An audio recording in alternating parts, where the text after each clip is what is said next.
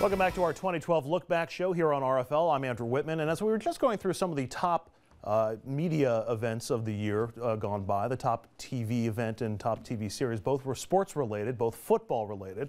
2012 began with New York on top of the football world. It did not end the same way. As we recall with the year in sports, here's ABC's Brandy Hitt. The sports world gave us plenty to remember in 2012. In the NFL, Eli Manning and the Giants orchestrated another improbable comeback win over the Patriots. I truly have enjoyed being your quarterback. And after being cut by the Colts, Peyton Manning chose to play for the Broncos and proved he still has what it takes. Meanwhile, the Colts needed luck to replace Manning for a playoff run and rallied behind their coach's battle with leukemia. I'm dancing at 2 more wins, and we're hoisting that trophy together, man. Bang! The Jeremy Lin Show continues. In the NBA, Jeremy Lin authored a real-life story made for Broadway. And LeBron James finally quieted his critics, delivering a storybook ending. It's about damn time. And a championship to the Miami Heat. In college hoops, Anthony Davis led Kentucky's group of one-and-doneers to a title, while Brittany Griner dominated the hardwood as Baylor finished a perfect 40-0. In college football, Notre Dame returned to their glory with an unbeaten season and a shot at their first title since 1988. All that stands in their way is an Alabama team looking to repeat after surviving the SEC. Happy Valley mourned the loss of Joe Paterno. The NCAA vacates all wins of the Penn State football team from 1998 to 2011. And accepted crippling sanctions. The closure came when Jerry Sandusky was finally put behind bars. The Saints lost their coach when the NFL came down hard for bounties. And Lance Armstrong's legacy came off its wheels. His 7 Tour de France titles erased. On the ice, NHL owners and players made the fans quickly forget the LA Kings Stanley Cup run as arenas stayed dark with winter approaching. Summer provided more to smile about. In London, Michael Phelps splashed his way to becoming the most decorated Olympian in history. American athletes followed his lead, winning 104 medals in all, 46 golds. And in the major leagues, 3 pitchers joined a lead company. A perfect game by Felix Hernandez. That's a perfect game. Perfect day for Philip Lumber. While Tigers' third baseman Miguel Cabrera slugged his way to the first Triple Crown since 1967. The Giants rallied back in 2 playoff series, then swept the Tigers in the Fall Classic to become World Series champs. Countless other great moments rounded out the sports year, familiar faces in different places. Old and new champions, legends leaving. Another year of indelible images in sports, unforgettable moments etched in our memories. Brandy Hitt, ABC News, Los Angeles. Nothing on Johan Santana's no-hitter or the Cy Young for R.A. Dickey, said the frustrated Mets fan. All right, we're joined now on our panel by Joe Concha and Dominic Carter. And what was the biggest surprise to you, sports-wise, in 2012? It was not so much a surprise, maybe a little bit of a disappointment, but I was just amazed at how quickly this happened, and that's the college conferences realigning the way they did. The end of the Big East as we know it.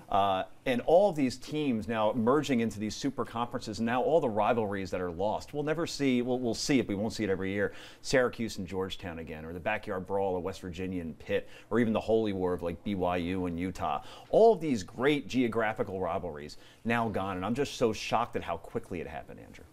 You know, I'm curious as to, I don't even know which conference Syracuse is in now. ACC? ACC, yes, because Syracuse they're so is close. in the ACC? It's right on the Atlantic Ocean, isn't it? Wow. Boise State was, while the Big East existed, Right. was in it, and they're in Boise.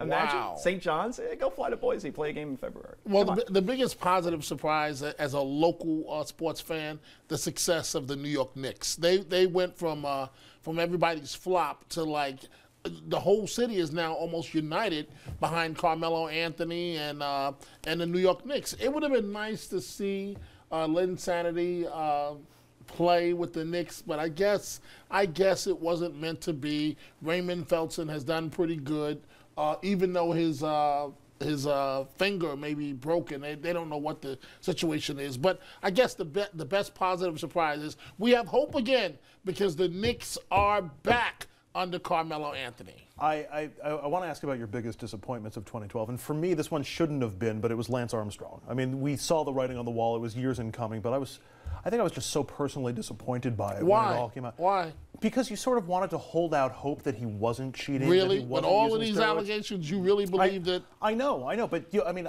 ask somebody at Penn State, a Penn State fan, I got if they a would say the bridge same I thing can about tell you. Sandusky and Paterno. I mean, you don't want to believe that your heroes are anything but, and then when it's proven to you beyond a reasonable doubt, it hurts a little bit. But what are your biggest surprises from the year? You stole my thunder, Andrew, and it really was Lance Armstrong for me as well. Years ago, I read It's Not About the Bike, his first book.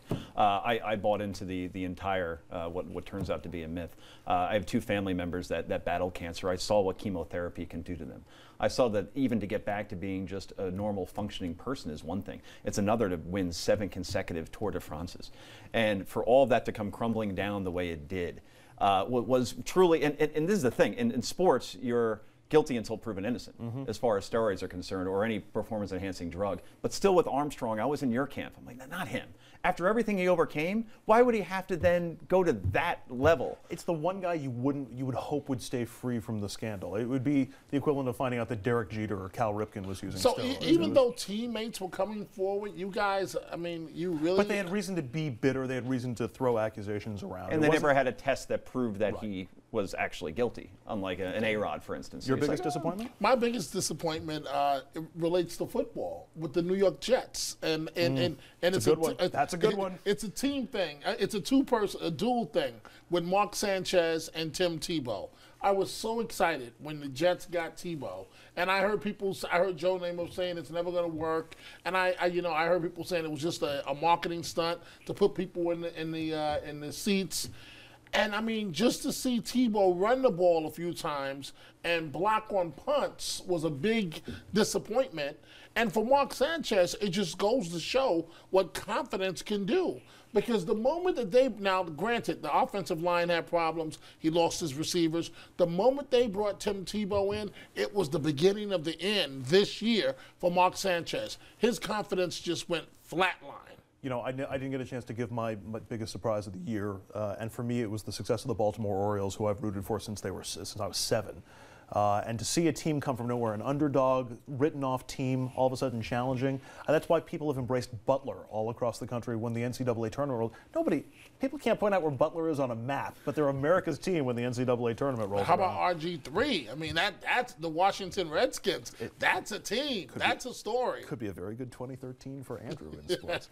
Guys, thank you so much, and thanks for joining us for this special look back, and Happy New Year to you both. Up next on our year-end special, 2012 in Memoriam, remembering those we've lost over the past 12 months. But first, just a little bit more sports and some top performers on the field and how they performed off the field. Stay with us.